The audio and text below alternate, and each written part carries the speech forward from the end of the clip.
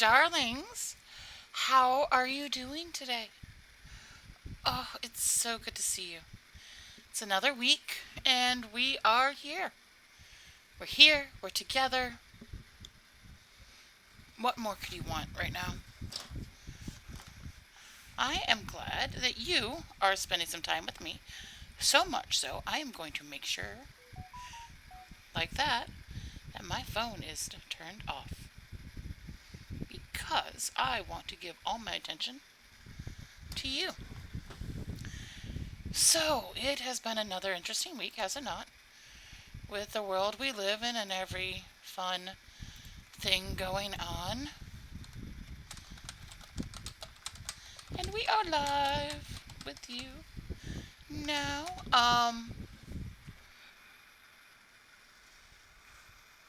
Or you could be watching this online later. Either way, I am so glad you chose me to be a part of your day. And just like I am so happy to be here right now. We're still here, we're still doing it, we still got things going on. So, I thought today we would look at some stories that involve dragons and dragonborn and some kings and queens and that whole royal family, and not necessarily in the whole way of you must go defeat the dragon immediately and save the princess. No, no, kind of in one or two. And we might hit on a couple other stories as we go along. You never know. See if there's any requests or anything as well. But we are here. I felt inspired recently to go with dragons.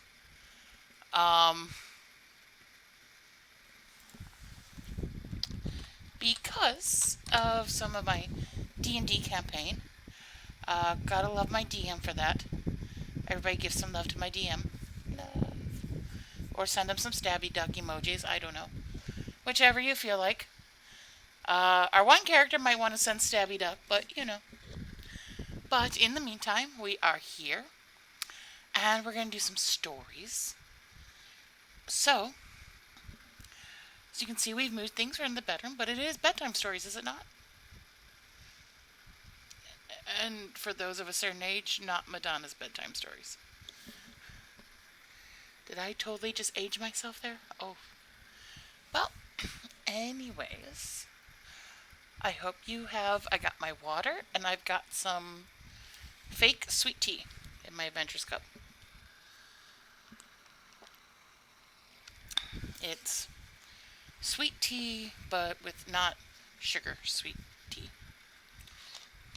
I'm giving it a try. Sometimes you gotta try things and see. You might be surprised. You might find something new that you like.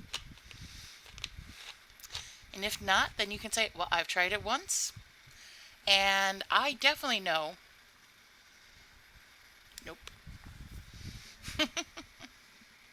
So, and for some of you, you might be going through a little cold snap right now, so maybe some hot tea or hot chocolate would be nice.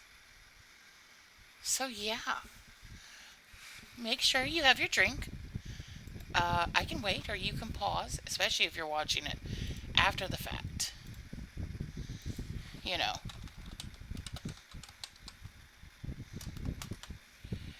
Then you can you know.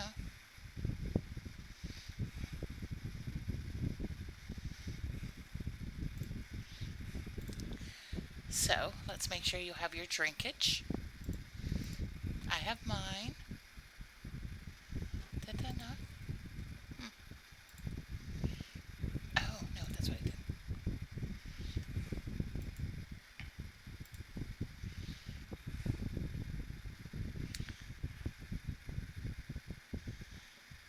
So, do you have your drink?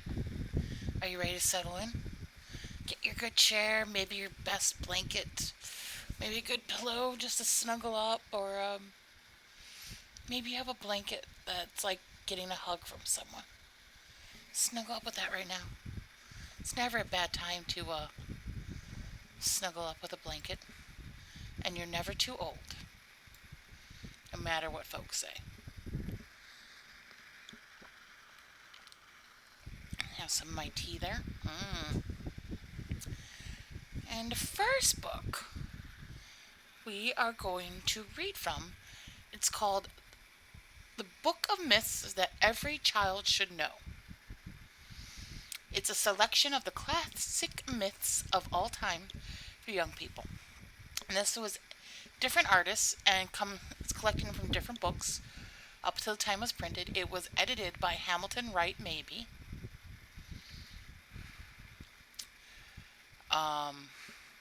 1906, Doubleday Page and Company. And this is taking from different books like Nathaniel Hawthorne's Wonder Book, Tanglewood Tales, Norse Stories and Days of Giants, Stories from Homer, Kingsley's and Miss Emerson's myths. So it's a variety of them. So the one we're going to read today, right now, is called The Dragon's Teeth, and it comes from Nathaniel Hawthorne in his Tanglewood Tales book originally, reprinted in this book in 1906. So yeah, those had to have been done before 1906. So we're looking at some older tales and older word usage. And I apologize if I pronounce some of the names wrong. I have gone over some of these, but sometimes just in the midst, especially being live, things happen. I do not plan on getting anything wrong, but just in case, yeah. So, coming up, we have The Dragon's Teeth.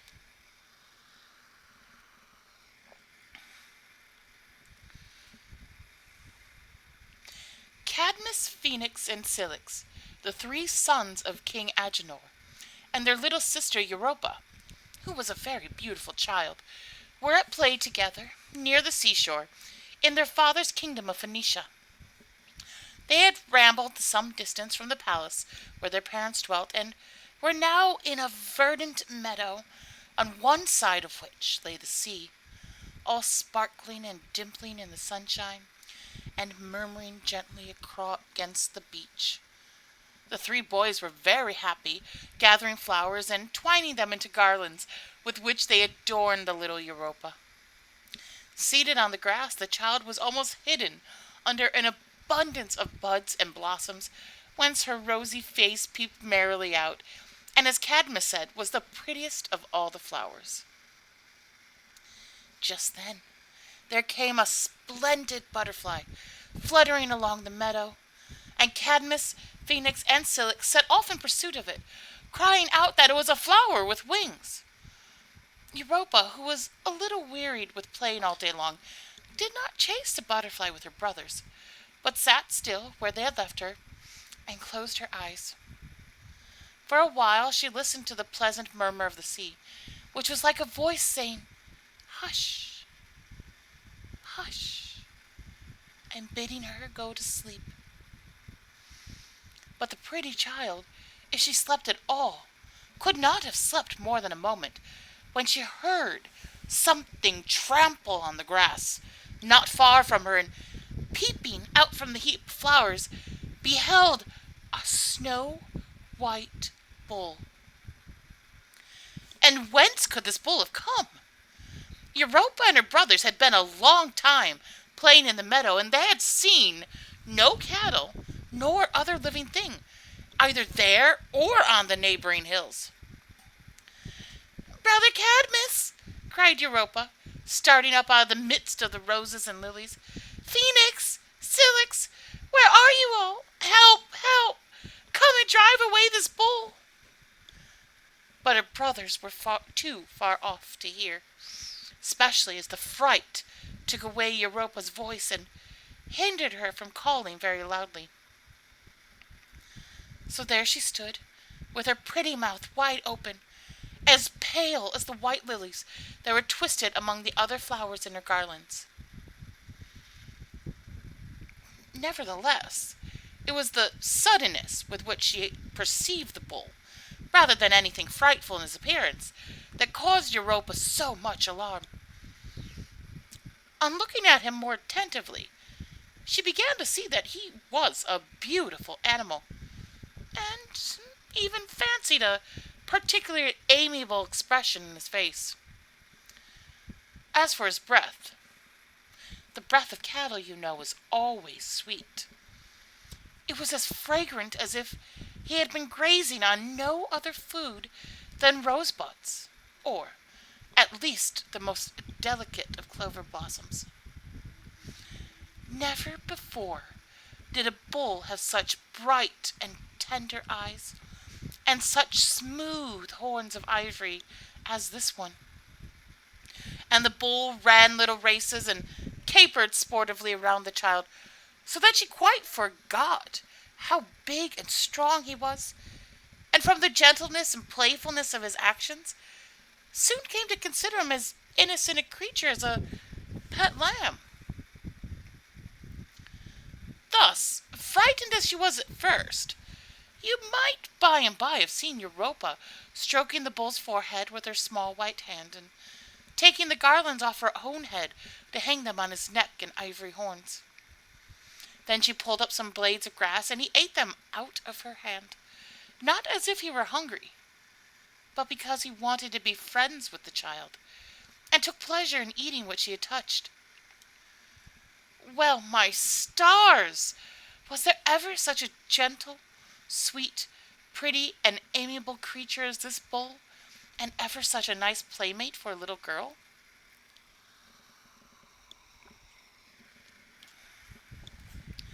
When the animal saw, for the bull had so much intelligence that it is really wonderful to think of, when he saw that Europa was no longer afraid of him, he grew overjoyed and could hardly contain himself for delight. He frisked about the meadow, now here, now there, making sprightly leaps with as little effort as a bird expends in hopping from twig to twig. Indeed, his motion was as light as if he were flying through the air, and his hoofs seemed hardly to leave their print in the grassy soil over which he trod. With his spotless hue he resembled a snowdrift wafted along by the wind. Once he galloped so far away that Europa feared lest she might never see him again. So, setting up her childish voice, she called him back. "Come back, pretty creature," she cried. "Here's a nice clover blossom." And then it was delightful to witness the gratitude of this amiable bull, and how he was so full of joy and thankfulness that he capered higher than ever. He came running and bowed his head before Europa as if he knew her to be a king's daughter, or else recognized the important truth that a little girl is everybody's queen. And not only did the bull bend his neck, he absolutely knelt down at her feet and made such intelligent nods and other inviting gestures that Europa understood what he meant just as well if he had put it in so many words. "Come, dear child," was what he wanted to say. "Let me give you a ride on my back." At the first thought of such a thing, Europa drew back. But then she considered in her wise little head that there could be no possible harm in taking just one gallop on the back of this docile and friendly animal, who would certainly set her down the very instant she desired it. And how it would surprise her brothers to see her riding across the green meadow! And what merry times they might have, either taking turns for a gallop, or clambering on the gentle creature, all four children together, and careering around the field with shouts of laughter that would be heard as far off as King Agenor's palace. "I think I will do it," said the child to herself. And indeed, why not? She cast a glance around and caught a glimpse of Cadmus, Phoenix, and Cilix, who were still in pursuit of the butterfly, almost at the other end of the meadow. It would be the quickest way of rejoining them, to get upon the white bull's back. She came a step nearer to him, therefore, and sociable creature that he was, he He showed so much joy at this mark of her confidence that the child could not find it in her heart to hesitate any longer. Making one bound, for this little princess was as active as a squirrel, there sat Europa on the beautiful bull, holding an ivory horn in each hand, lest she should fall off. "Softly, pretty bull, softly," she said, rather frightened at what she had done. "Do not gallop too fast."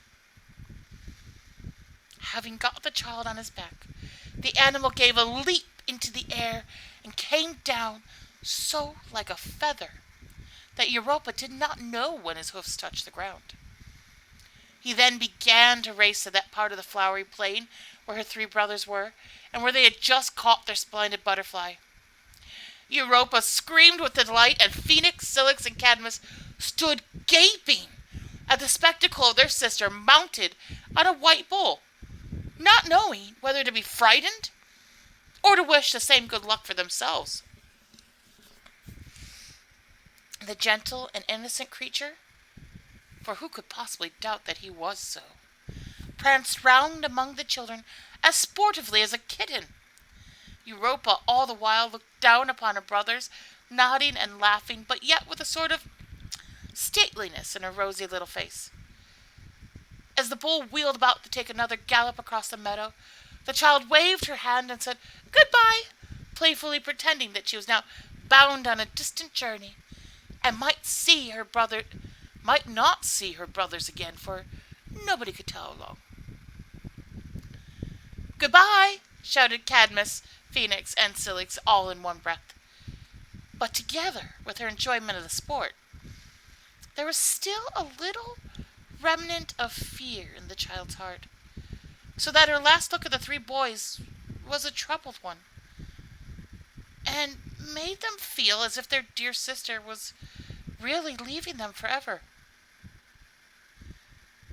And what do you think the snowy bull did next?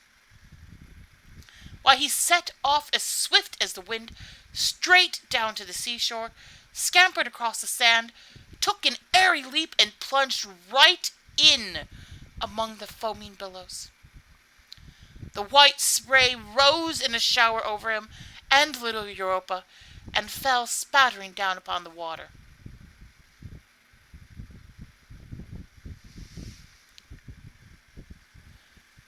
Then, what a scream of terror did the poor child send forth!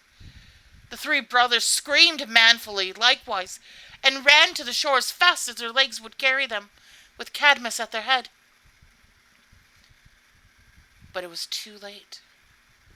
When they reached the margin of the sand, the treacherous animal was already far away in the wide blue sea, with only his snowy head and tail emerging, and poor little Europa between them, stretching out one hand toward her dear brothers, while she grasped the bull's ivory horn with the other. And there stood Cadmus, Phoenix, and Cilix, gazing at this sad spectacle through their tears, until they could no longer distinguish the bull's snowy head from the white-capped billows that seemed to boil up out of the sea's depths around him. Nothing more was ever seen of the white bull, nothing more of the beautiful child.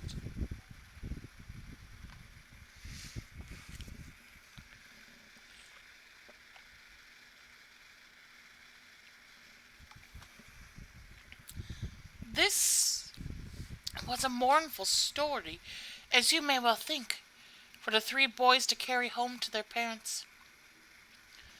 King Agenor, their father, was the ruler of the whole country, but he loved his little daughter Europa better than his kingdom, or than all his other children, or than anything else in the world. Therefore, when Cadmus and his two brothers came crying home, and told him how that a white bull had carried off their sister and swam with her over the sea, the king was quite beside himself with grief and rage. Although it was now twilight and fast growing dark, he bade them set out instantly in search of her. "Never shall you see my face again," he cried, "unless you bring me back my little Europa, to gladden me with her smiles and her pretty ways." Begone and enter my presence no more, till you come leading her by the hand. As King Agenor said this, his eyes flashed fire, for he was a very passionate king, and he looked so terribly angry that the poor boys did not even venture to ask for their suppers, but slunk away out of the palace, and only paused on the steps a moment to consult whether they should go first. While they were standing there, all in dismay, their mother, Queen Telephassa, who happened not to be by when they told the story to the king, came hurrying after them and said that she, too, would go in quest of her daughter. "Oh, no, mother!" cried the boys. "The night is dark, and there is no knowing what troubles and perils we may meet with." "Alas, my dear children," answered poor Queen Telephassa, weeping bitterly, "that is only another reason why I should go with you. If I should lose you too, as well as my little Europa, what would become of me?" "And let me go likewise," said their playfellow Thasus, who came running to join them. Thasus was the son of a seafaring person in the neighborhood. He had been brought up with the young princess and was their intimate friend, and loved Europa very much, so they consented that he should accompany them. The whole party therefore set forth together. Cadmus, Phoenix, Cilix, and Thasus clustered round Queen Telephassa, grasping her skirts and begging her to lean upon their shoulders whenever she felt weary. In this manner they went down the palace steps and began a journey which turned out to be a great deal longer than they dreamed of. The last that they saw of King Agenor, he came to the door with a servant holding a torch beside him, and called after them into the gathering darkness, "Remember, never ascend these steps again without the child." "Never," sobbed Queen Telephassa, and the three brothers and Thasus answered, "Never, never, never, never." And they kept their word. Year after year, King Agenor sat in the solitude of his beautiful palace, listening in vain for the returning footsteps, hoping to hear the familiar voice of the queen and the cheerful talk of his sons and their playfellow Thasus entering the door together, and the sweet childish accents of little Europa in the midst of them. But so long a time went by that, at last, if they had really come, the king would not have known that this was the voice of Telephassa, and these the younger voices that used to make such joyful echoes when the children were playing about the palace. We must now leave King Agenor to sit on his throne, and must go along with Queen Telephassa and her 4 youthful companions. They went on, and traveled a long way, and passed over mountains and rivers, and sailed over seas. Here, there, and everywhere, they made continual inquiry if any person could tell them what had become of Europa. The rustic people, of whom they asked this question, paused a little while from their labors in the field, and looked very much surprised. They thought it strange to behold a woman in the garb of a queen, for Telephassa, in her haste, had forgotten to take off her crown and her royal robes, roaming about the country with 4 lads around her, on such an errand as this seemed to be. But nobody could give them any tidings of Europa.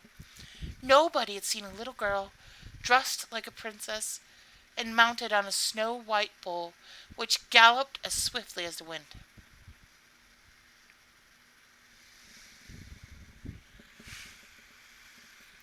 I cannot tell you how long Queen Telephassa and Cadmus and Phoenix and Cilix, her 3 sons, and Thasus, their playfellow, went wandering along the highways and bypaths, or through the pathless wildernesses of the earth in this manner. But certain it is that before they reached any place of rest, Their splendid garments were quite worn out. They all looked very much travel-stained, and would have had the dust of many countries on their shoes, if the streams through which they had waded had not washed it all away. When they had been gone a year, Telephassa threw away her crown, because it chafed her forehead. "It has given me many a headache," said the poor queen, "and it cannot cure my heartache." As fast as their princely robes got torn and tattered, they exchanged them for such mean attire as ordinary people wore. By and by they came to have a wild and homeless aspect, so much sooner that you have taken them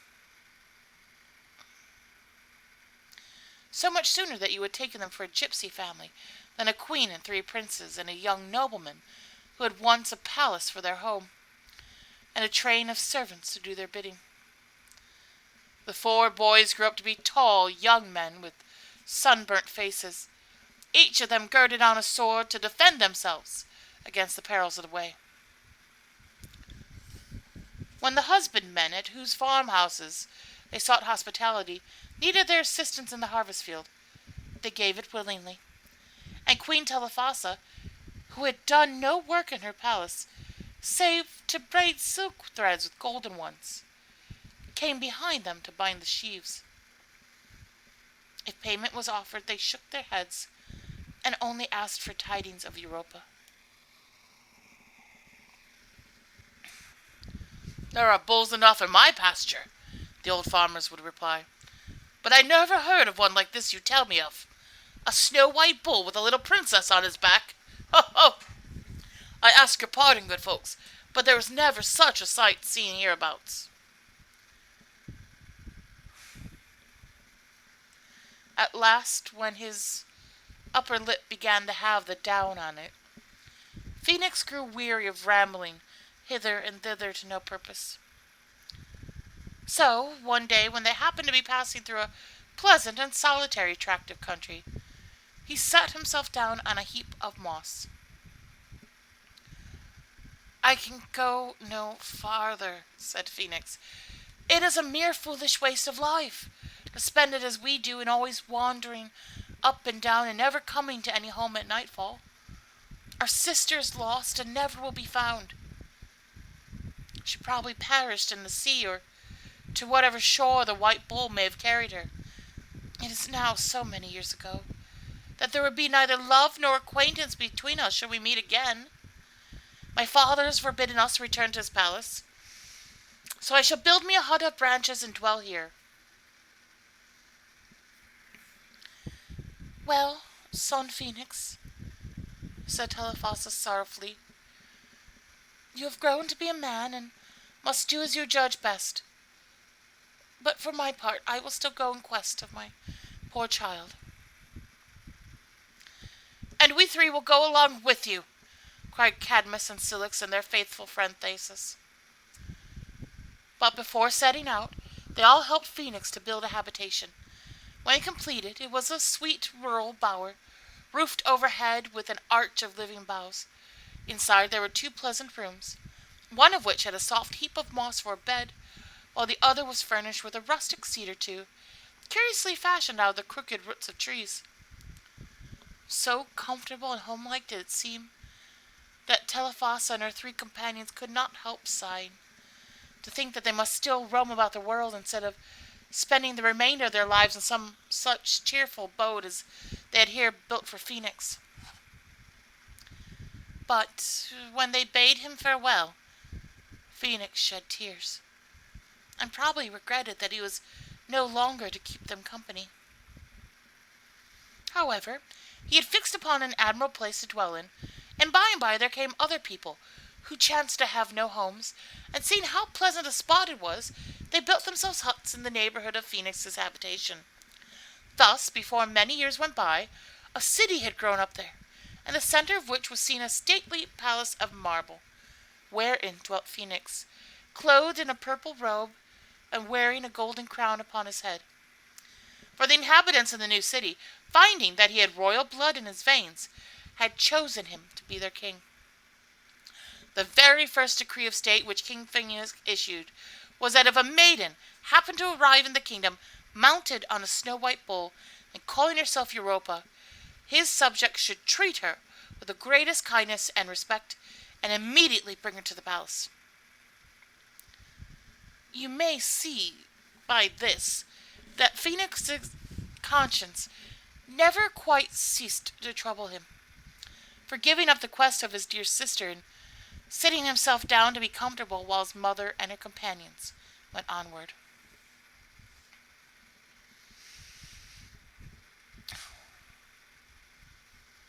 But often and often at the close of a weary's day journey did Telephassa and Cadmus, Cilix and Thasus remember the pleasant spot in which they had left Phoenix. It was a sorrowful prospect for these wanderers that on the morrow they must again set forth, and that after many nightfalls they would perhaps be no nearer the close of their toilsome pilgrimage than now. These thoughts made them all melancholy at times, but appeared to torment Cilix more than the rest of the party. At length, one morning, when they were taking their staffs in hand to set out, he thus addressed them.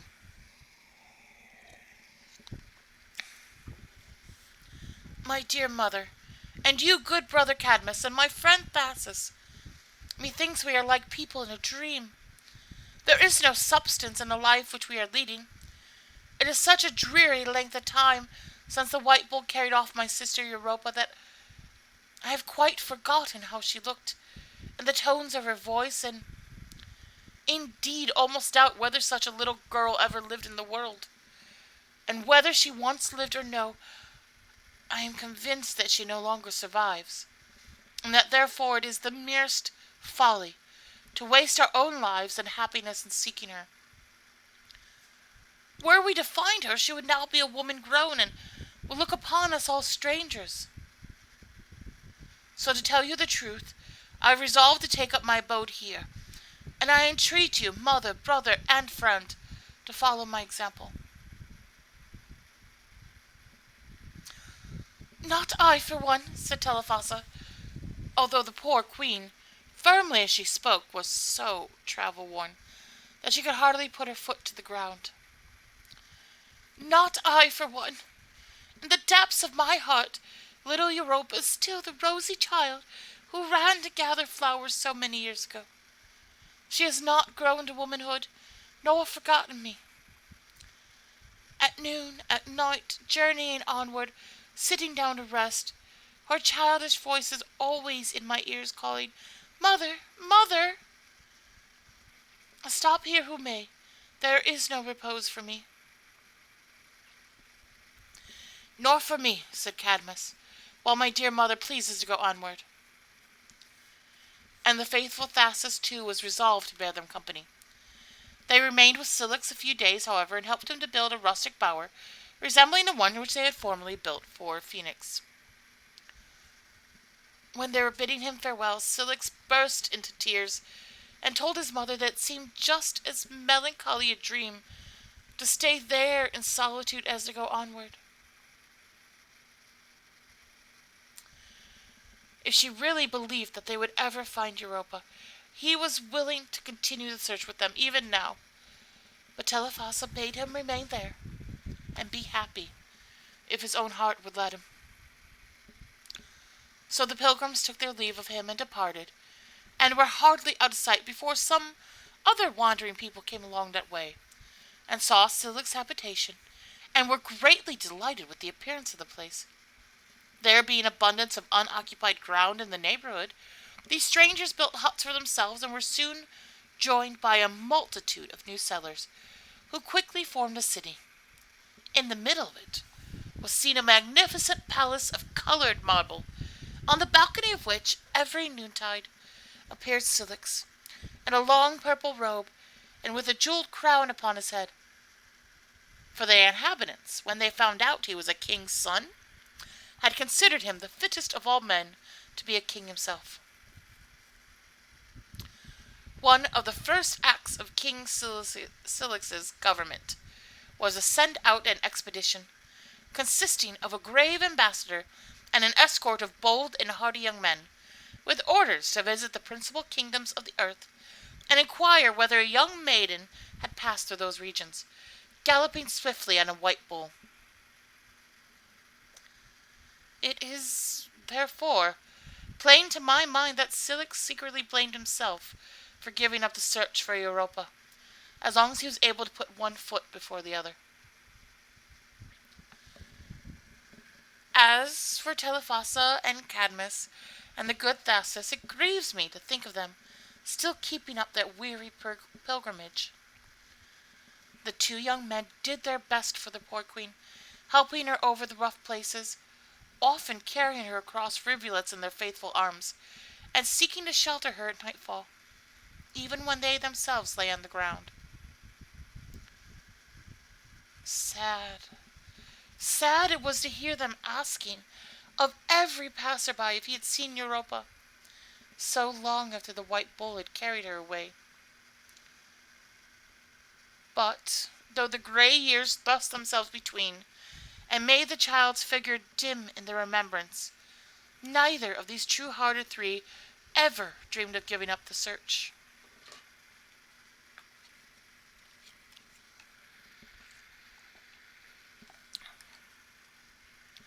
One morning, however, poor Thasus found that he had sprained his ankle and could not possibly go a step further.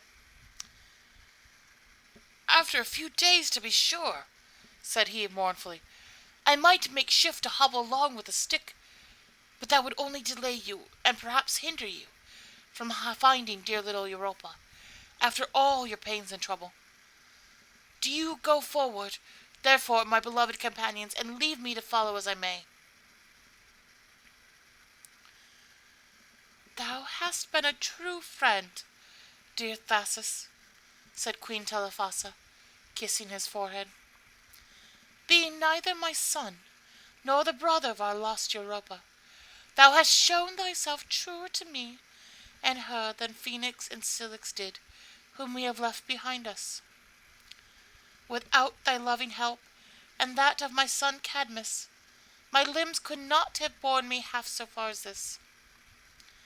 Now take thy rest, and be at peace. And it is the first time I have owned it to myself, I begin to question whether we shall ever find my beloved daughter in this world." Saying this, the poor queen shed tears, because it was a grievous trial to the mother's heart to confess that her hopes were growing faint. From that day forward, Cadmus noticed that she never traveled with the same alacrity of spirit that had heretofore supported her. Her weight was heavier upon his arm.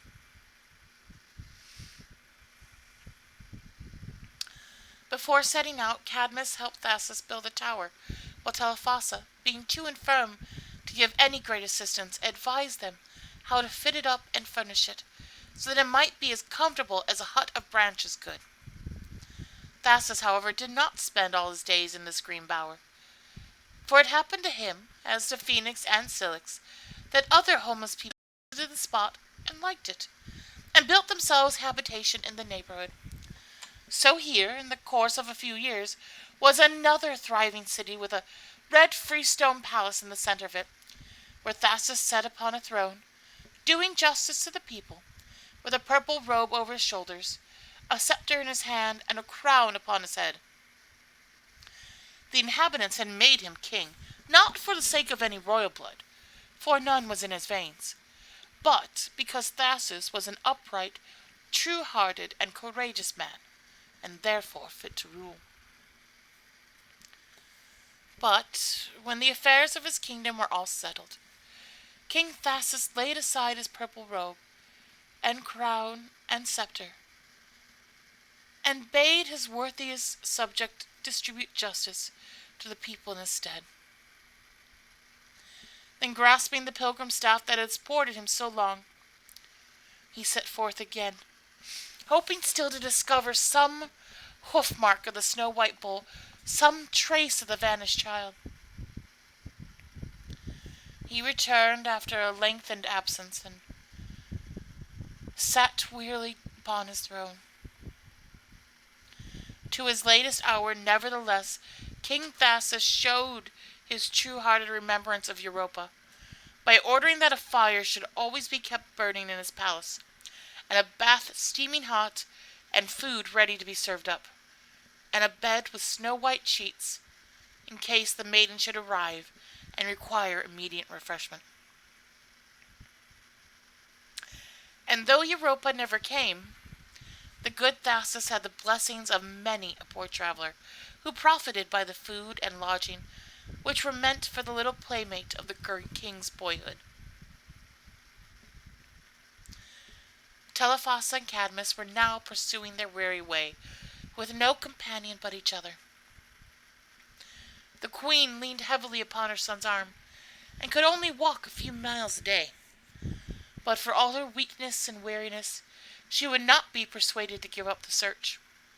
It was enough to bring tears into the eyes of bearded men, to hear the melancholy tone with which she inquired of every stranger whether he could tell her any news of the lost child. "Have you seen a little girl? No, I mean a young maiden of full growth, passing by this way, mounted on a snow-white bull, which gallops as swiftly as the wind?" "We have seen no such wondrous sight," the people would reply, and very often, taking Cadmus aside, they whispered to him, "Is this stately and sad-looking woman your mother? Surely she is not in her right mind, and you ought to take her home and make her comfortable, and do your best to get this dream out of her fancy." "It is no dream," said Cadmus. "Everything else is a dream, save that."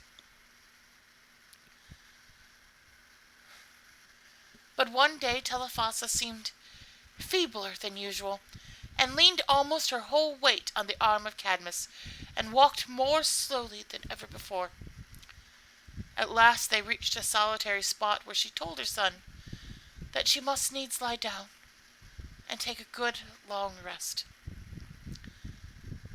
"A good long rest," she repeated, looking Cadmus tenderly in the face. "A good long rest, thou dearest one."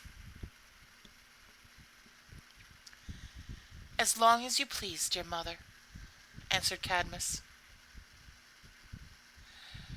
Telephassa bade him sit down on the turf beside her, and then she took his hand. "My son," said she, fixing her dim eyes most lovingly upon him, "this rest that I speak of will be very long indeed. You must not wait till it is finished. Dear Cadmus, you do not comprehend me. You must make a grave here, and lay your mother's weary frame into it. My pilgrimage is over." Cadmus burst into tears, and for a long time refused to believe that his dear mother was now to be taken from him. But Telephassa reasoned with him and kissed him, and at length made him discern that it was better for her spirit to pass away out of the toil, the weariness, the grief, and disappointment which had burdened her on earth ever since the child was lost. He therefore repressed his sorrow and listened to her last words.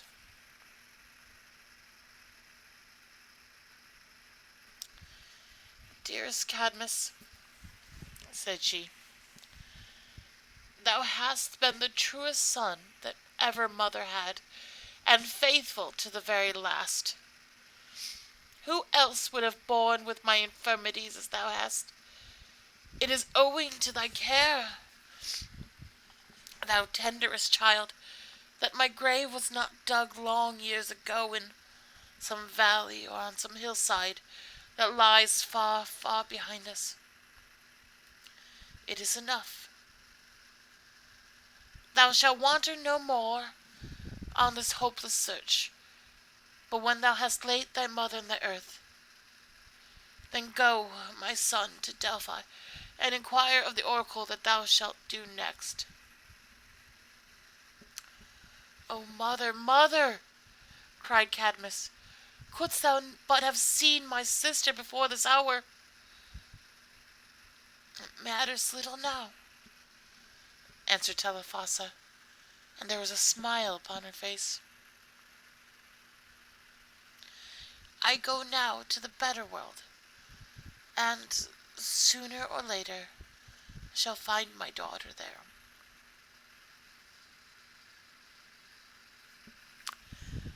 I will not sadden you, my little hearers, with telling how Telephassa died and was buried, but only say that her dying smile grew brighter instead of vanishing from her dead face, so that Cadmus felt convinced that at her very first step into the better world, she had caught Europa in her arms. He planted some flowers on his mother's grave and left them to grow there and make the place beautiful when he should be far away.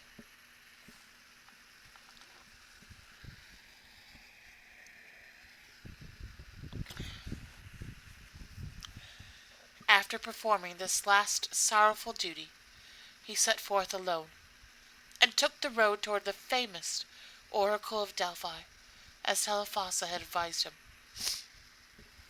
On his way thither, he still inquired of most people whom he met whether they had seen Europa.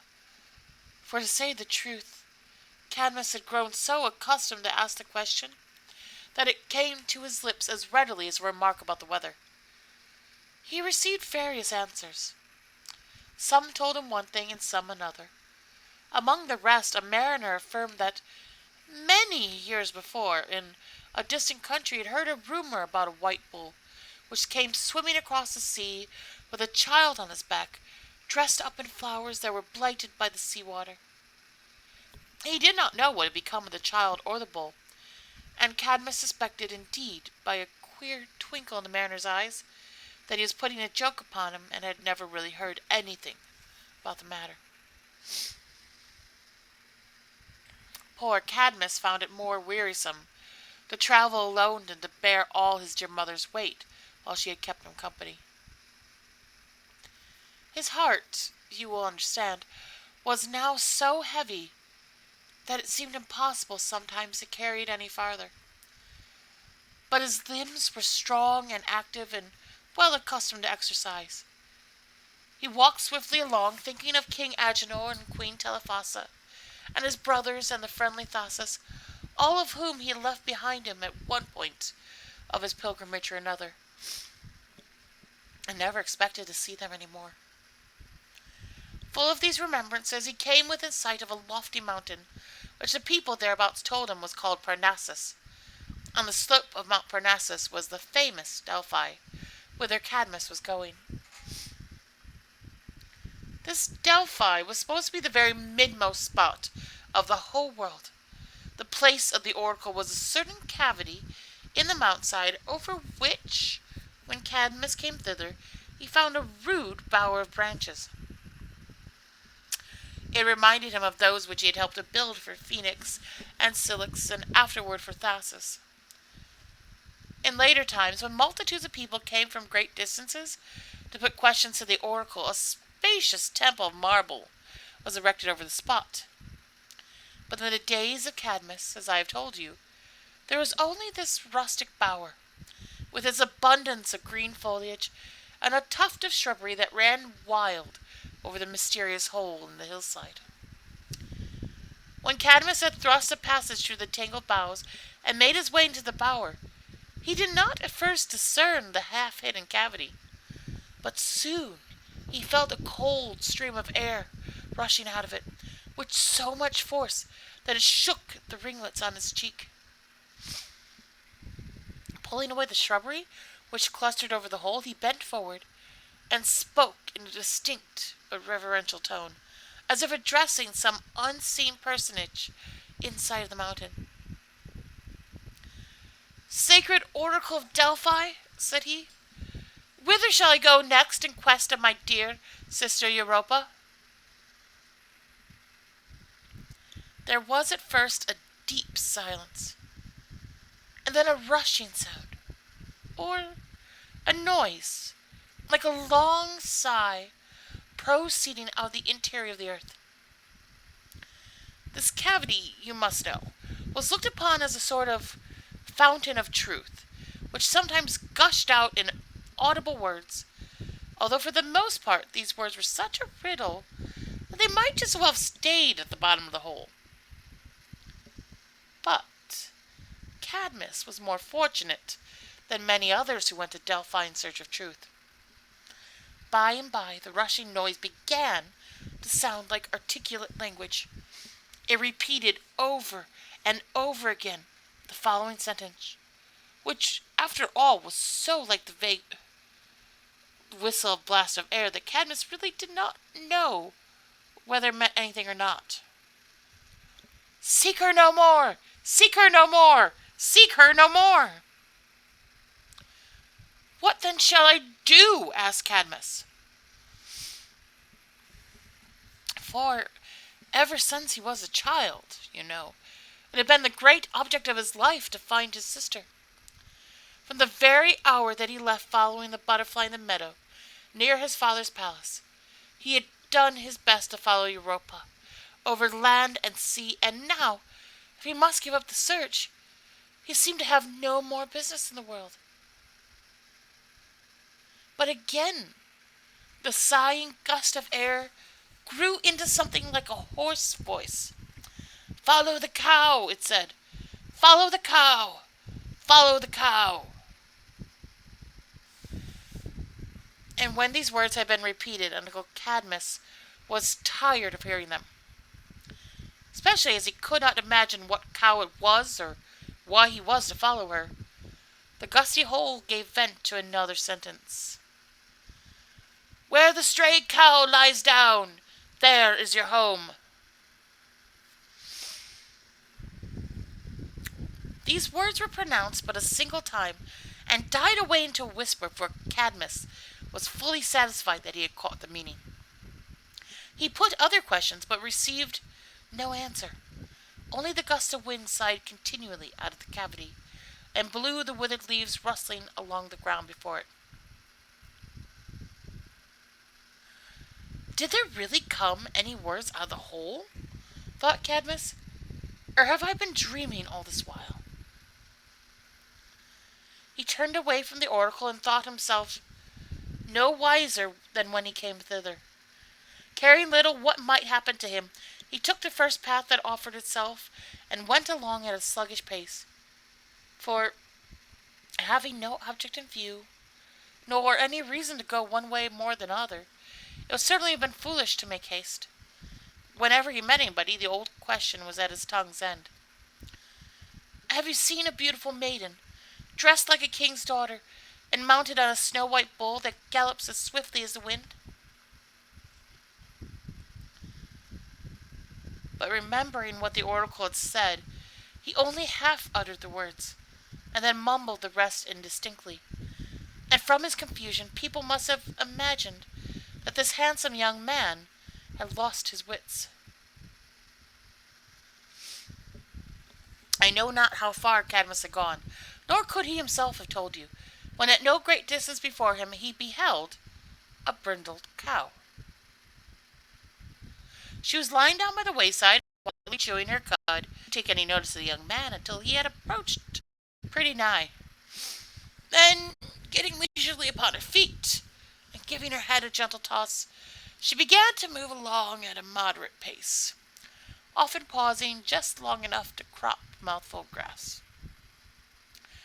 Cadmus loitered behind, whistling idly to himself and scarcely noticing the cow, until the thought occurred to him whether this could possibly be the animal which, according to the oracle's response, was to serve him for a guide.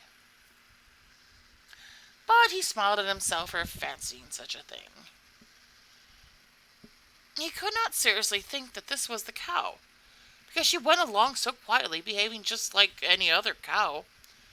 Evidently she neither knew nor cared so much as a wisp of hay about Cadmus, and was only thinking about how to get her living along the wayside, where the herbage was green and fresh. Perhaps she was going home to be milked. Cow, cow, cow, cried Cadmus. Hey, Brindle, hey, stop, my good cow. He wanted to come up with the cow so as to examine her, and see if she would appear to know him, or whether there were any peculiarities to distinguish her from 1,000 other cows whose only business is to fill the milk pail and sometimes kick it over. But still the brindled cow trudged on, whisking her tail to keep the flies away, and taking as little notice of Cadmus as well she could. If he walked slowly, so did the cow, and seized the opportunity to graze. If he quickened his pace, the cow went just so much faster, and once, when Cadmus tried to catch her by running, she threw out her heels, stuck her tail straight on end, and set off on a gallop, looking as queerly as cows generally do while putting themselves to their speed. When Cadmus saw that it was impossible to come up with her, he walked on moderately, as before. The cow, too, went leisurely on, without looking behind. Wherever the grass was greenest, there she nibbled a mouthful or two. Where a brook glistened brightly across the path, there the cow drank, and breathed a comfortable sigh, and drank again, and trudged onward at the pace that best suited herself and Cadmus. I do believe, thought Cadmus, that this may be the cow that was foretold me. If it be the one, I suppose she will lie down somewhere hereabouts. Whether it was the cow of the oracle or some other one, it did not seem reasonable that she should travel a great way farther. So, whenever they reached a particularly pleasant spot on a breezy hillside, or in a sheltered vale, or flowery meadow, on the shore of a calm lake, or along the bank of a clear stream, Cadmus looked eagerly around to see if the situation would suit him for a home. But still, whether he liked the place or no, the brindled cow never offered to lie down. On she went at the quiet pace of a cow going homeward to the barnyard, and every moment Cadmus expected to see a milkmaid approaching with a pail, or a herdsman running to head the stray animal and turn her back toward the pasture. But no milkmaid came, no herdsman drove her back, and Cadmus followed the stray brindle till he was almost ready to drop down with fatigue.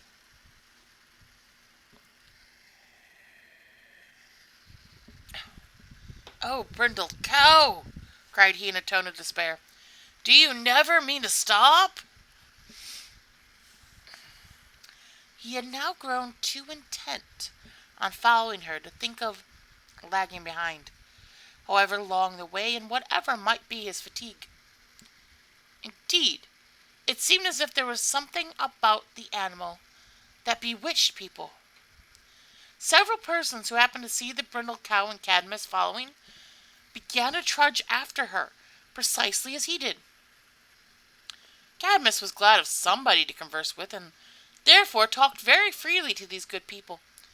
He told them all about his adventures, and how he left King Agenor in his palace, and Phoenix at one place, and Cilix at another, and Thasus at a third, and his dear mother, Queen Telephassa, under a flowery sod, so that now he was quite alone, both friendless and homeless. He mentioned likewise that the oracle had bidden him be guided by a cow, and inquired of the strangers whether they supposed that this brindled animal could be the one.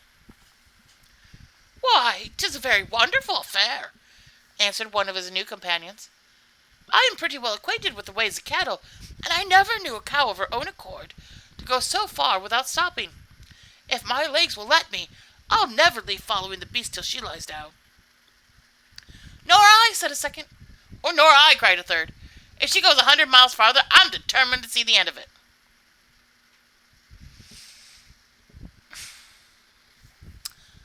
The secret of it was, you must know, that the cow was an enchanted cow, and that without their being conscious of it, she threw some of her enchantment over everybody that took so much as a half dozen steps behind her. They could not possibly help following her, though all the time they fancied themselves doing it of their own accord. The cow was by no means very nice in choosing her path, so that sometimes they had to scramble over rocks or wade through mud, mire, and were all in terribly bedraggled condition, and tired to death, very hungry to the bargain. What a weary business it was! But still, they kept trudging stoutly forward and walking as they went. The strangers grew very fond of Cadmus and resolved never to leave him, but to help him build a city wherever the cow might lie down. In the center of it there should be a noble palace, in which Cadmus might dwell and be their king, with a throne, crown, and a scepter, and a purple robe, and everything else that a king ought to have. For in him there was the royal blood, and the royal heart, and the head that knew how to rule. While they were talking of these schemes, and beguiling the tedious of the way with laying out the plan of the new city, one of the company happened to look at the cow. "Joy! Joy!" cried he, clapping his hands. "Brindle is going to lay down!" They all looked, and sure enough, the cow had stopped, and was staring leisurely about her as others cows do when on the point of lying down, and slowly, slowly did she recline herself on the soft grass, first bending her forelegs, and then crouching her hind ones. When Cadmus and his companions came up with her, there was the brindled cow, taking her ease, chewing her cud, and looking them quietly in the face, as if this was just the spot she had been seeking for, and as if it were all a matter of course. "This, then," said Cadmus, gazing around him, "this is to be my home." It was a fertile and lovely plain, with great trees flinging their sun-speckled shadows over it, and hills fencing it in from the rough weather. At no great distance they beheld a river gleaming in the sunshine. A home feeling stole into the heart of poor Cadmus. He was very glad to know that here he might awake in the morning, without the necessity of putting on his dusty sandals to travel farther and farther. The days and the years would pass over him, and find him still in his pleasant spot. If he could have had his brothers with him, and his friend Thasus, and could have seen his dear mother under a roof of his own, he might here have been happy, after all their disappointments. Some day or other, too, his sister Europa might have come quietly to the door of his home and smiled round upon the familiar faces. But indeed, since there was no hope of regaining the friends of his boyhood or ever seeing his dear sister again, Cadmus resolved to make himself happy with these new companions, and had grown so fond of him while following the cow. "Yes, my friends," said he to them, "this is to be our home. Here we will build our habitations. The brindled cow, which has led us hither, will supply us with milk. We will cultivate the neighboring soil, and lead an innocent and happy life." His companions joyfully assented to this plan, and, in the first place, being very hungry and thirsty, they looked about them for the means of providing a comfortable meal.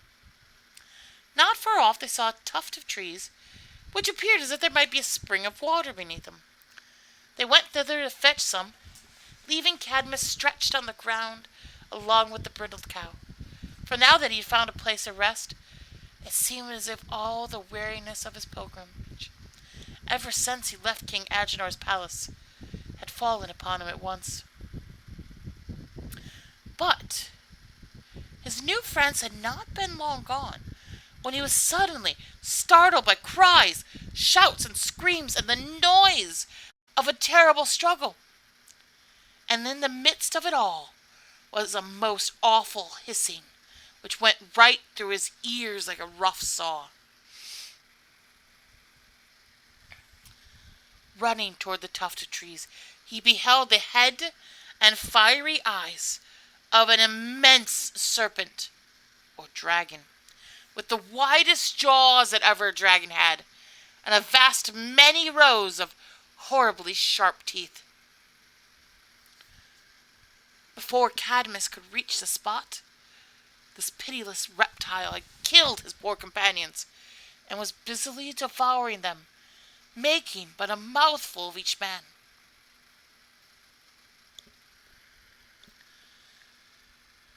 It appears that the fountain of water was enchanted, and that the dragon had been set to guard it so that no mortal might ever quench his thirst there. As the neighboring inhabitants carefully avoided the spot, it was now a long time, not less than 100 years or thereabouts, since the monster had broken his fast, and, as was natural enough, his appetite had grown to be enormous, and was not half satisfied by the poor people whom he had just eaten up.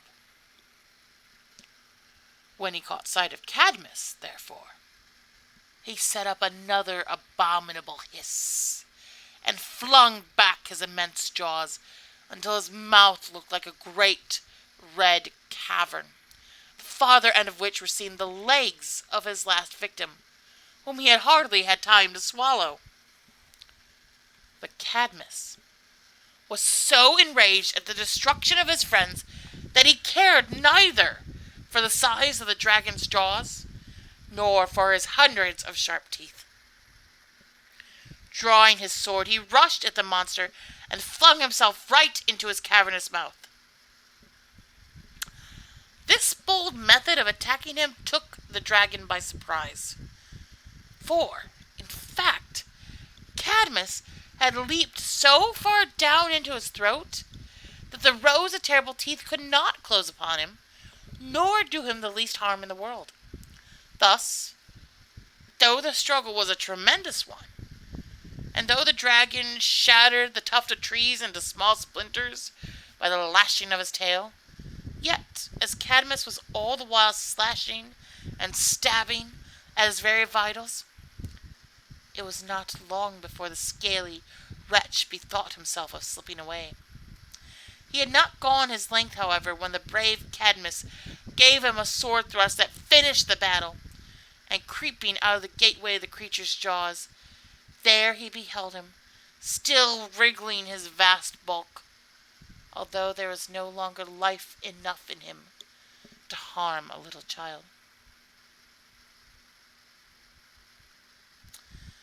But do you not suppose that it made Cadmus sorrowful to think of the melancholy fate which had befallen those poor friendly people who had followed the cow along with him? It seemed as if he were doomed to lose everybody whom he loved, or to see them perish in one way or another. And here he was, after all his toils and troubles, in a solitary place, with not a single human being to help him build a hut. "What shall I do?" cried he aloud. "It were better for me to have been devoured by the dragon, as my poor companions were." "Cadmus," said a voice, but whether it came from above or below him, whether it spoke within his own breast, the young man could not tell. "Cadmus, pluck out the dragon's teeth and plant them in the earth." This was a strange thing to do, nor was it very easy, I should imagine, to dig out all those deep-rooted fangs from the dead dragon's jaws. But Cadmus toiled and tugged, and after pounding the monstrous head almost to pieces with a great stone, he at last collected as many teeth as might have filled a bushel or two. The next thing was to plant them. This likewise was a tedious piece of work, especially as Cadmus was already exhausted with killing the dragon and knocking his head to pieces, It had nothing to dig the earth with, that I know of, unless it was a sword blade. Finally, however, a sufficiently large tract of ground was turned up and sown with this new kind of seed, although half of the dragon's teeth still remained to be planted some other day. Cadmus, quite out of breath, stood leaning upon his sword and wondering what was to happen next. He waited but a few moments when he began to see a sight which was as great a marvel as the most marvelous thing I ever told you about. The sun was shining slantwise over the field and showed all the moist, dark soil just like any other newly planted piece of ground. All at once, Cadmus fancied he saw something glisten very brightly. First at one spot, then at another, and then at 100 and 1,000 spots together. Soon he perceived them to be the steel heads of spears, sprouting up everywhere like so many stalks of grain, and continually growing taller and taller.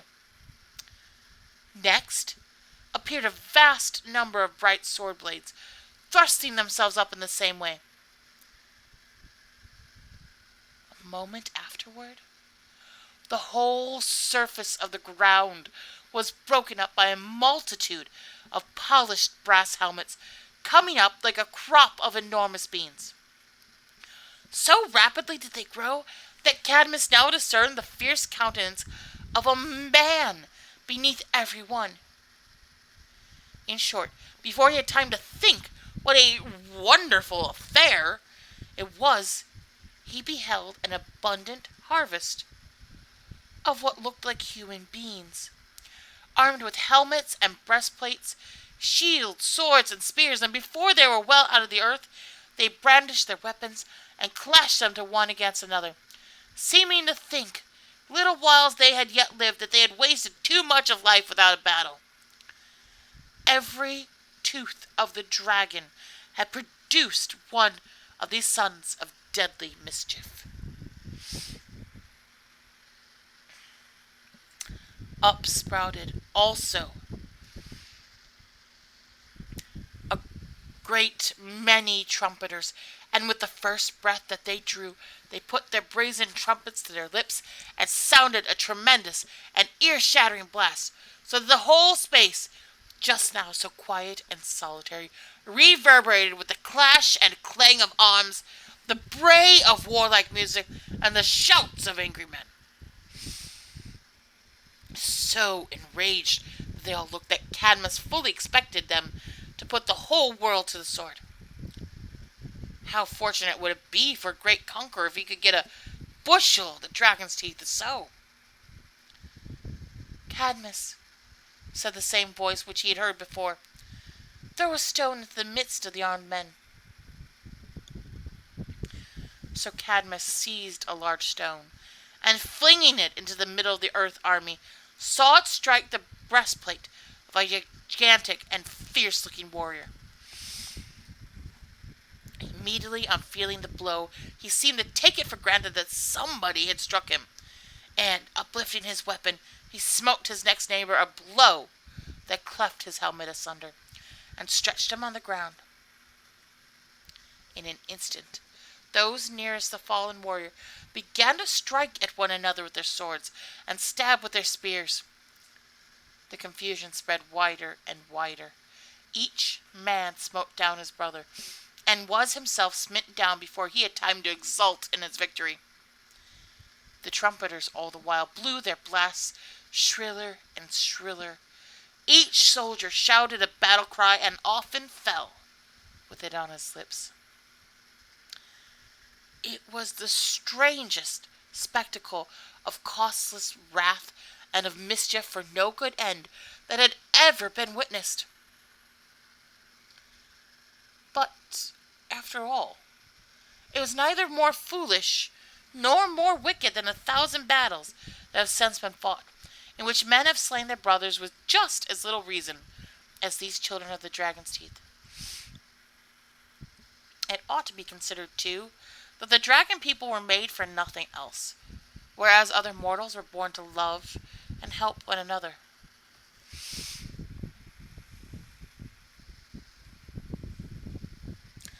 Well, this memorable battle continued to rage until the ground was strewn with helmeted heads that had been cut off. Of all the thousands that began the fight, there were only 5 left standing.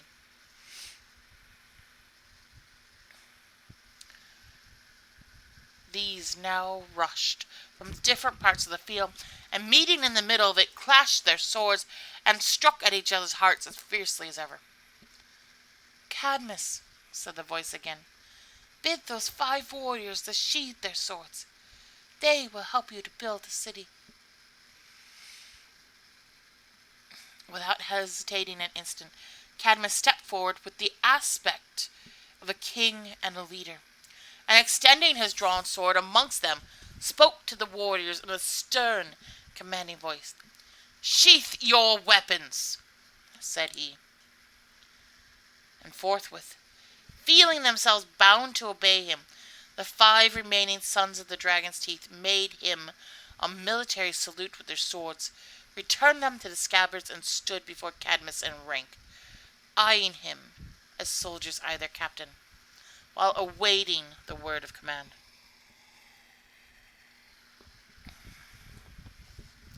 These 5 men had probably sprung from the biggest of the dragon's teeth, and were the boldest and strongest of the whole army.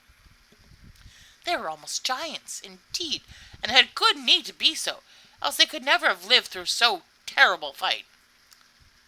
They still had a very furious look, and if Cadmus happened to glance aside, would glare at one another with fire flashing out of their eyes. It was strange, too, to observe how the earth, out of which they had so lately grown, was encrusted here and there on their bright breastplates, and even begrimed their faces, just as you may have seen it clinging to beets and carrots when pulled out of their native soil. Cadmus hardly knew whether to consider them as men or some odd kind of vegetable, although on the whole he concluded there was human nature in them, because they were so fond of trumpets and weapons and so ready to shed blood. They looked him earnestly in the face, waiting for his next order, and evidently desiring no other employment than to follow him from one battlefield to another, all over the wide world. But Cadmus was wiser than these earth-born creatures, with the dragon's fierceness in them, and knew better how to use their strength and hardihood. "Come," said he, "you are sturdy fellows. Make yourselves useful. Quarry some stones with those great swords of yours, and help me to build a city." The 5 soldiers grumbled a little, and muttered that it was their business to overthrow cities, not to build them up. But Cadmus looked at them with a stern eye, and spoke to them in a tone of authority, so they knew him for their master, and never again thought of disobeying his commands. They set to work in good earnest, and toiled so diligently that in a very short time a city began to make its appearance. At first, to be sure, the workmen showed a quarrelsome disposition.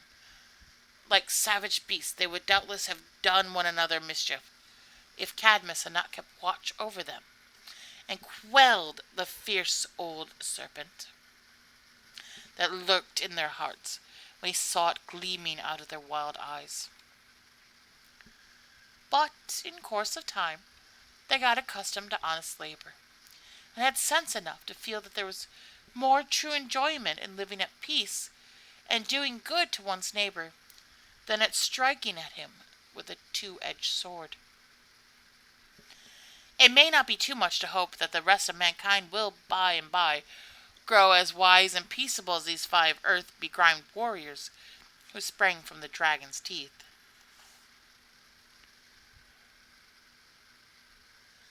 And now the city was built, and there was a home in it for each of the workmen. But the palace of Cadmus was not yet erected, because they left it till the last, meaning to introduce all the new improvements of architecture and make it very commodious, as well as stately and beautiful. After finishing the rest of their labors, they all went to bed betimes, in order to rise in the grey of the morning and get at least the foundation of the edifice laid before nightfall. But when Cadmus arose and took his way toward the site where the palace was to be built, followed by his 5 sturdy workmen marching all in a row, what do you think he saw? What should it be but the most magnificent palace that had ever been seen in the world? It was built of marble and other beautiful kinds of stone, and rose high into the air with a splendid dome and a portico along the front, and carved pillars and everything else that befitted the habitation of a mighty king. It had grown up out of the earth in almost as short a time as it had taken the armed host to spring from the dragon's teeth, and what made the matter more strange? No seed of this stately edifice had ever been planted.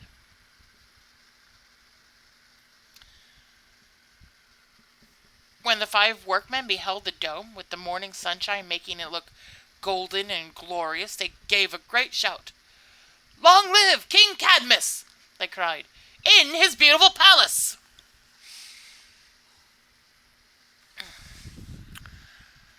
And the new king, with his 5 faithful followers at his heels, shouldering their pickaxes and marching in a rank, for they still had a soldier-like sort of behavior, as their nature was, ascended the palace steps. Halting at the entrance, they gazed through a long vista of lofty pillars that were ranged from end to end of a great hall.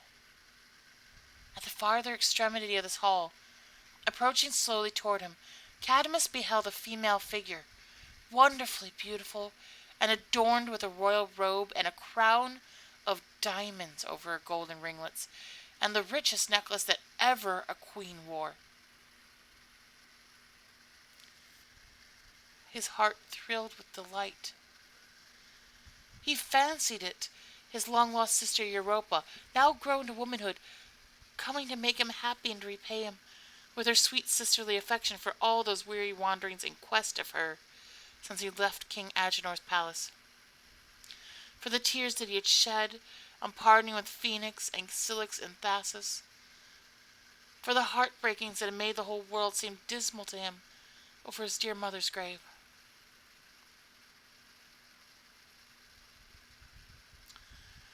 But as Cadmus advanced to meet the beautiful stranger, he saw that her features were unknown to him, although in the little time that it required to tread along the hall, he had already felt a sympathy betwixt himself and her.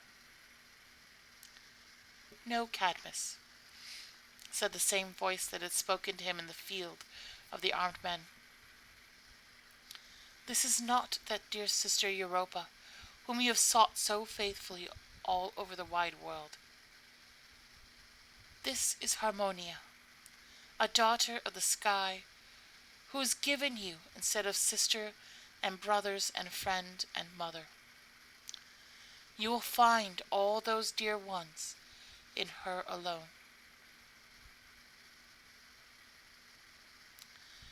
So King Cadmus dwelt in the palace with his new friend Harmonia, found a great deal of comfort in his magnificent abode, but would doubtless have found as much, if not more, in the humblest cottage by the wayside. Before many years went by, there was a group of rosy little children, but how they came thither has always been a mystery to me, sporting in the great hall and on the marble steps of the palace, and running joyfully to meet King Cadmus when affairs of state left him at leisure to play with them. They called him father, and Queen Harmonia mother. The 5 old soldiers of the dragon's teeth grew very fond of these small urchins, and were never weary of showing them how to shoulder sticks, flourish wooden swords, and march in military order, blowing a penny trumpet or beating an abominable rub-a-dub upon a little drum. But King Cadmus, lest there should be too much of the dragon's tooth in his children's disposition, used to find time from his kingly duties to teach them the ABC, which he invented for their benefit, and for which many little people, I am afraid, are not half so grateful to him as they ought to be.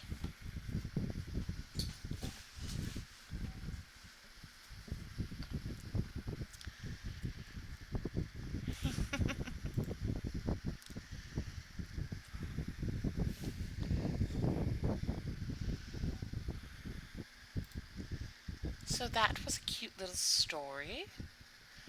And hello, Rudy. Hello, Divine322. Good to see you.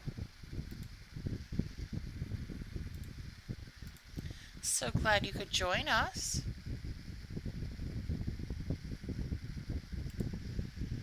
Oh, that was a wonderful story. I know it didn't get all the happy endings, but it was a good ending.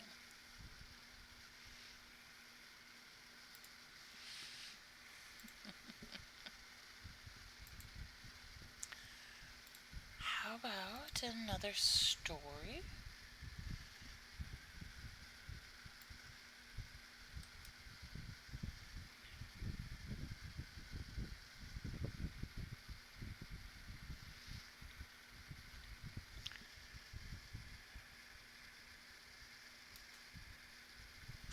This is a little shorter, and this one is called Dragon Child and Sun Child.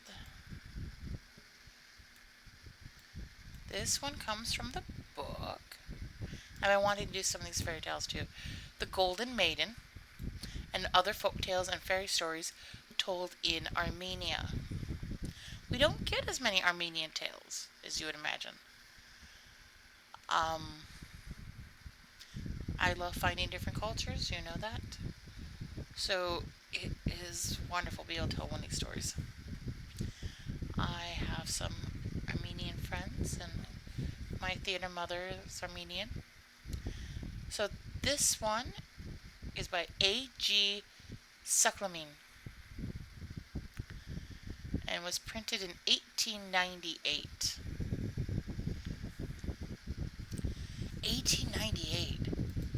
That is a long time ago. It's amazing to think what the world was like then.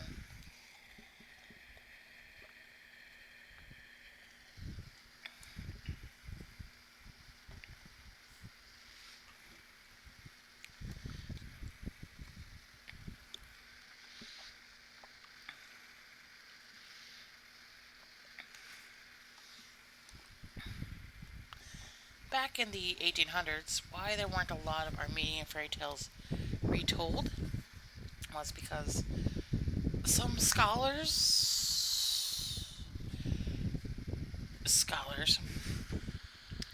had issues with the Armenian alphabet and with translating some of it correctly. So,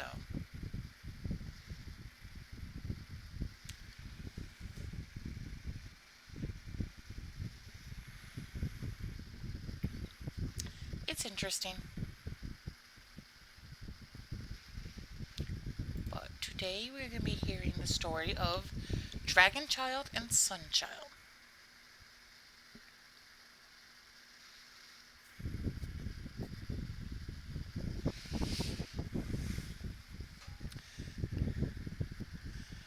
There was once a king who had no children, and whose life was very desolate. He asked the advice of all the doctors and learned men of his realm to relieve him of his trouble. But it was of no avail. In order to forget his dejected condition, he gave his time to hunting. One day as he was walking in the forest, he saw a snake coiled in the sun, surrounded by its little ones. For a long time he gazed wistfully at this family circle, and recognizing that his condition was inferior to that of the reptile parent, he sighed deeply and complained against heaven. "O heaven, have I not so much value before you as this reptile, that you torment me by denying to me offspring and happiness?" He never forgot the sight of the snake family. One day a child came to the palace, but it was a monster, half man and half dragon. Now the grief of the king was heavier than before. They could not kill the monster because it was of royal birth. They therefore cast the dragon child into a dry well where they fed him by giving him a skinful of goat's milk every day. Soon the dragon child grew and required meat for his diet. Then they cast to him every week a tender girl, and when he grew older, they gave him a maiden to devour. Every house of the land furnished a maiden for the dragon child. It came the turn of a poor man who, being a widower, had a daughter from his former wife, and had married a widow who had a daughter of her own. The husband said that they must cast the wife's daughter to the dragon child, but his wife insisted that they must cast the husband's daughter. The woman's will was followed, and so the stepmother prepared her stepdaughter to be cast to the dragon child on the following day. The maiden was very beautiful and graceful. She wept all night and prayed God to pity her. At midnight, she heard someone speak to her in her dreams, saying, "Maiden, do not fear being cast to the dragon child. Tell your father to send with you 3 skinfuls of the milk of a black goat, and do you provide a knife for yourself. Let your father wrap you in a bull's skin and lower you and the milk by a rope into the well. When the dragon child bids you come out of the bull's skin in order that he may devour you, tell him to come out from the dragon skin, that you may bathe him with milk. When he comes out, do you also cut the bull's skin with your knife and come out of the skin and bathe him." On the following morning, the maiden told her dream to her father, who got the required things ready, at the same time praying heaven that what the maiden had dreamed might come true. The maiden, being lowered into the well, the dragon child bade her come out of the bull's skin, to which the maiden answered as she was advised. Thereupon, in its fury, the dragon's skin burst, and lo, there issued from it a handsome lad. The maiden cut the bull's skin with her knife in a hurry to emerge, but in her haste she fell down, and one of her front teeth was broken. She bathed the lad with goat's milk, and he became a sound, gallant youth, who had once expressed his gratitude to her for releasing him from his horrible bondage. Just then, the maiden's father came to the mouth of the well to see whether her dream was true or false, and perceiving them, ran to inform the king, who hastened to the spot accompanied by the queen and his peers. They drew the dragon child and his deliverer from the well with great joy and ceremony. They celebrated a wedding festival for 40 days and nights, and the youth and the maiden loved one another and were married. Came to pass, after a time, that, on account of a war, the dragon child had to go away from home. When he was about departing, he asked his mother not to send his bride away, not even to her father's, lest some misfortune should befall her.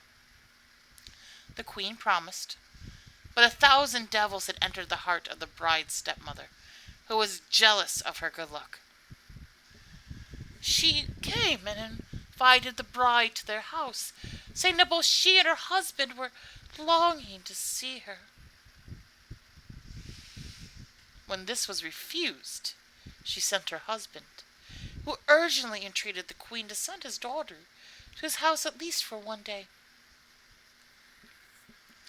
The queen thought that there could be no harm in this, and so she let the bride go. The stepmother took her daughter and the bride for a walk on the seashore. When they came there, she said to them, "Daughters, let us bathe."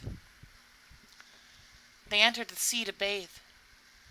The wicked woman, pretending to help the bride, took her toward the deep sea, where she gave her a violent push, and she was caught by the waves and was drawn by the current out to the open sea. When she was sure that the bride had been drowned, she hastened to the shore with her own daughter, and putting the bride's dress on the latter, sent her to the king's palace as the true bride.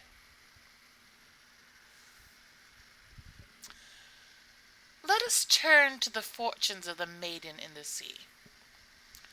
For a long time she struggled against the violent waves, and was saved from being drowned by catching hold of an empty cask, which happened to float near her. The wind blew from the shore, and the current carried the cask and the maiden away to the open sea. For 3 days and nights she floated with the cask, and then she was cast upon an uninhabited shore. She walked for a time on the coast, but saw no sign of a human being. She was hungry and naked and very tired. The first thing she did was to gather rushes and moss and weave for herself something like an apron to hide her nakedness. She then gathered wild berries and ate, and quenched her thirst from a brook nearby. While she was lingering on the banks of the brook, she noticed a small hut hidden among the bulrushes and weeds. Proceeding thither, she looked in, and lo! A lad was sleeping in the hut. She sat down near the door of the hut. Soon after sunset, the lad awoke, and as he was coming out of the hut, he noticed the maiden. Thinking that she was a fairy or a demon, he made upon his face the sign of the cross, at the same time stepping backward. But, to his surprise, seeing that she did not vanish, he said to her, "Are you a fairy, a demon, or a human being? Disclose yourself." The maiden told him her story. "My own story is as strange as yours," then said the lad. "I was the only son of a rich man, and had plenty to spend and enjoy. I led a dissipated life and went hunting every day. Once it happened that I did not shoot any game for 3 days in succession. I was enraged to the verge of madness and wandered all the night. At daybreak my madness reached its climax, and I resolved to shoot the sun and drop him dead from his orb, that darkness might cover the world, since I could take no game and have no pleasure. At once I grasped my bow and arrow, took aim at the sun, who had just lifted his shining face from behind the hills, and had hardly loosed the bowstring when I felt a blazing palm slap me in the face. A hand of fire took hold of my hair and cast me into this wilderness, and I heard an angry voice thundering at me from the overhanging clouds, declaring that I was cursed and should never see the light of the sun any more. I thus remain abandoned here, and sleep in the hut all the day while the sun shines, and go out only at night to procure food. If I go out of this hut after daybreak, I am doomed to die a horrible death." As fate had so strangely cast these 2 youthful beings into the same lonely place, they decided to live together, accepting one another's husband and wife. Thus, she who had been the consort of the dragon child was now the companion of the sun child. The woman worked in the daytime and the man at night, and so they earned their living. But soon married life brought a change upon the woman, who needed the help of others, and they decided that she must go to the parents of the sun child. The lad wrote the following letter to his parents. "I herewith send you your daughter-in-law. Keep her and take care of her as my wife. But do not seek me. I cannot see the sun. I cannot come home. Neither can I enter the city. If I do come, I shall surely die. I am cursed." Walking during the nights and hiding himself in caves in daytime, the lad brought his wife to the vicinity of his parents' house, and himself went back to his lonely hut. The woman gave the letter to her father-in-law and was accepted. The lad's father and mother, hearing that their son was alive, said they would go and bring him, but the bride dissuaded them, saying that they would be the means of his death. In the fullness of time, the family was cheered by the birth of a son, which the young mother put in a cradle and rocked, singing to it melodious lullabies from the incidents of her own life. One night, as the young mother was putting her baby to sleep, another voice was heard, out in the darkness, singing a melodious lullaby. The bride recognized the voice to be that of the sun child, who had come from such a great distance, being drawn by the love of the baby, but he could not enter. This was repeated several times, until the bride's father and mother-in-law heard that somebody was in habit of coming at night and singing lullabies by turns with their daughter-in-law. Suspicion entered into their minds that the bride might have a lover who was making nightly calls on her. The young woman, seeing that they were watching her with mistrust, said, "It is your son who comes and sings lullabies. The love which he bears to the baby draws him, but he cannot enter. The moment you compel him to come in, he dies." "Nay, you are lying!" exclaimed her father and mother-in-law with rage. "There must be some foul play here. We will keep watch and catch the nightly visitor. If he proves to be your son, well and good. If not, woe be unto you."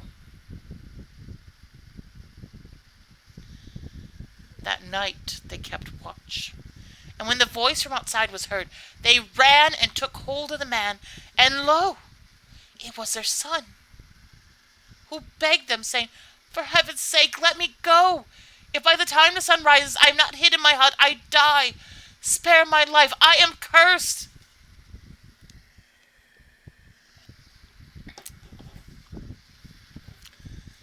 This sounded to his father and mother like deceit, and they kept him at home until daybreak. As soon as the first rays of the sun beamed from the east, lo, the lad sank in the arms of his father and mother and died. He died, but strange to say, his spirit did not depart from him entirely. They said he would revive at sunset, but not so. At night also he was in the same benumbed state. The house was changed into a house of sorrow, but worse than that befell. He was not dead, so that they could bury him, and he was not alive, so they might talk with him or administer a remedy. The parents took stones and beat their own heads. They pulled their hair and sat in ashes and sackcloth. They lamented and wailed, but it was all of no avail. One night the afflicted mother dreamed a dream in which this revelation was made to her.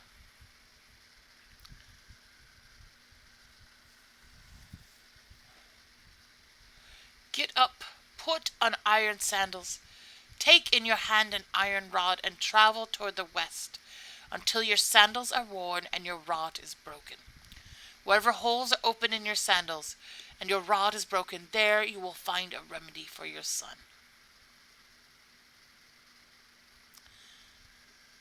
There is no limit to a mother's love and pity. As soon as she awoke in the morning, she ordered the blacksmith to make her a pair of iron sandals and an iron rod, and she set out towards the west, walking day and night. She traveled through the countries of white men, red men, black men. She passed through the lands of fairies, giants, and genii. She went farther than beasts and birds would dare to go. She had gone to the very limits of the earth. There she saw at a distance a palace built of blue marble. Whither she proceeded. Before the palace door, the iron rod fell from her hand and was broken. She got out her sandals to shake off the dust, and lo, they were worn, and there was a hole in each. She said to herself, "It is here that I shall find a remedy for my son." She entered and passed through 12 courtyards in succession. Each courtyard was surrounded by 4 arches, where thousands of myriads of stars were sleeping. At the center of each courtyard there was a marble pond, with a stream of crystal water gushing from an orifice. There were no trees, no grass, no birds, no beasts, and no other creature. A deep silence was reigning everywhere. Upon the pond in the middle courtyard there were 4 golden arches, upon which there was a golden room of great splendor, with a pearl bed in the center. Near the window there was, sitting upon a golden throne, a queen so fair and beautiful that no human being can describe her loveliness.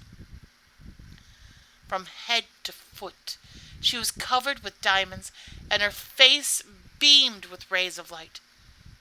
At sight of this grandeur the poor woman was greatly amazed. She turned pale and began to shiver like an autumn leaf before a cold blast from the north. She fell upon her knees and, lifting her hands, was about to speak when suddenly the queen interrupted her, saying, "Human being, heaven has never permitted a member of the human race to enter this palace before. As you are the first mortal who has been allowed to come so far, you must have some valid reason. From your appearance, I judge that you are a mother and have some maternal grief. Tell it to me. Be not afraid." These words of the queen encouraged the woman, who said, "Long live the queen! Yes, I am a mother, and have traveled so far to ask the life of my only son." And she told her story, to which the queen made answer, "Your son was an evil boy. I am a mother myself. The sun is my son, by whose living rays heaven and earth are illumined.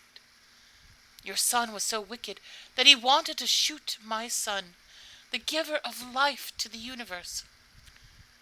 All kinds of sins may be pardonable to a man, but a sin against the sole source of life is not pardonable. Your son was therefore doomed to be deprived of life. He is cursed. He will live but not live. He will die but not die." "I am a mother," repeated the woman, "come to beg the life of my son. I have come so far that my iron sandals are worn out and my iron rod is broken. I would willingly go still further if it were necessary. For the love you bear your son, O queen of this luminous orb, devise a remedy for my grief." These words served to arouse the compassion of the queen, who replied, "There are very many unworthy children who enjoy life simply because of their virtuous mothers. Let it be so with your son, O virtuous woman, who bear such great maternal love in your heart.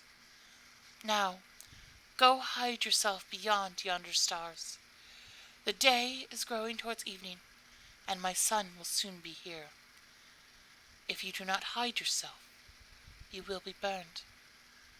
The first thing he does after reaching this place is to dive in this pond, when he comes to be nursed from my breast.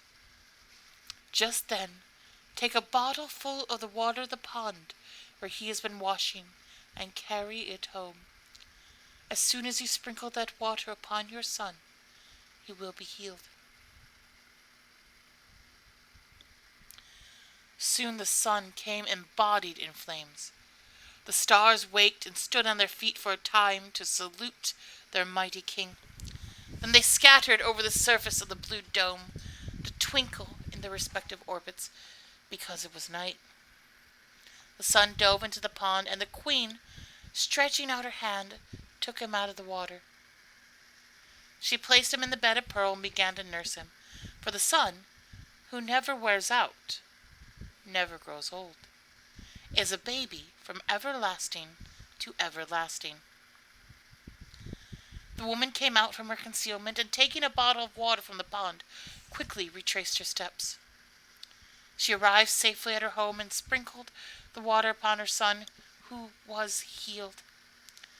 The report of this most wonderful journey of the woman was published all over the world, and princes and philosophers came from distant countries and from the ends of the earth to see the woman and the sun-child, and to hear of all these wonderful things.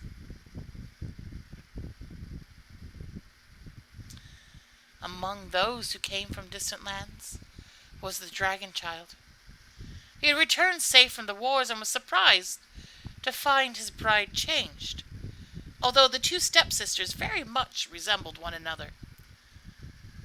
But as the dragon child had put a golden tooth in the place of the front tooth of his bride, which was broken in the well, he was able to detect the substitution.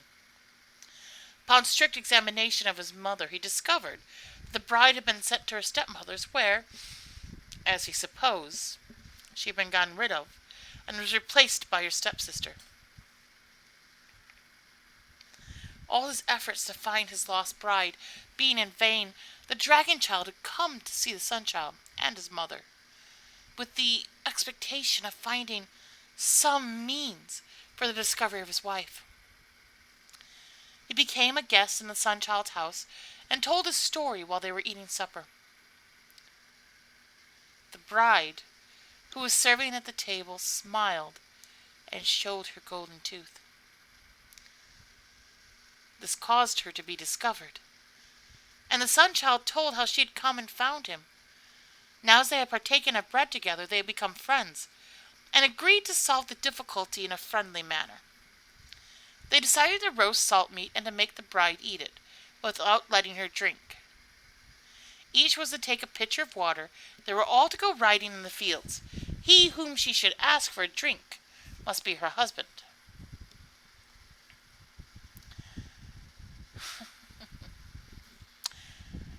They did so and took a ride in the fields, and the wife accompanied them with her child in her arms. She was thirsty, but not wishing to offend any one of them, she kept silent for a time. Finally, she saw that she would faint, and must put an end to the perplexed state. Sun child, she exclaimed. The sun child dismounted and prepared to give her a drink.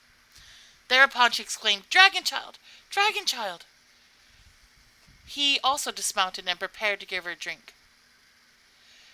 Turning to the sun child, she said, Here, take this child whose father you are. But I am the wedded wife of the dragon child. And she drank from the dragon child's pitcher and went home with him.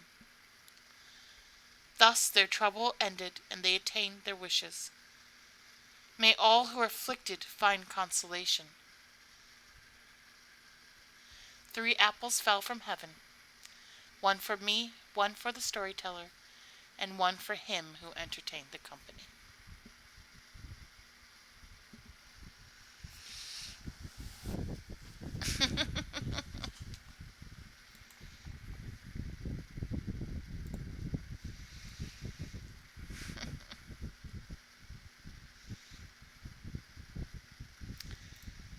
So, that was an interesting little take on the stories. Some interesting paths were followed. But I kind of like it. Something different than what I'm used to.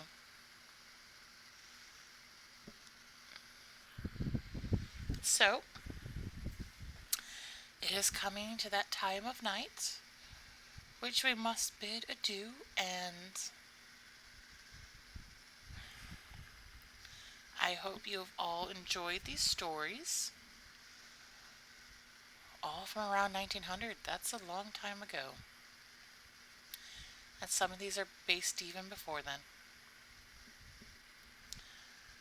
But I had a fun time storytelling for you, as I hope you did enjoy the storytelling as well. But it is that time of night which we must bid you adieu, to you and you and you and you.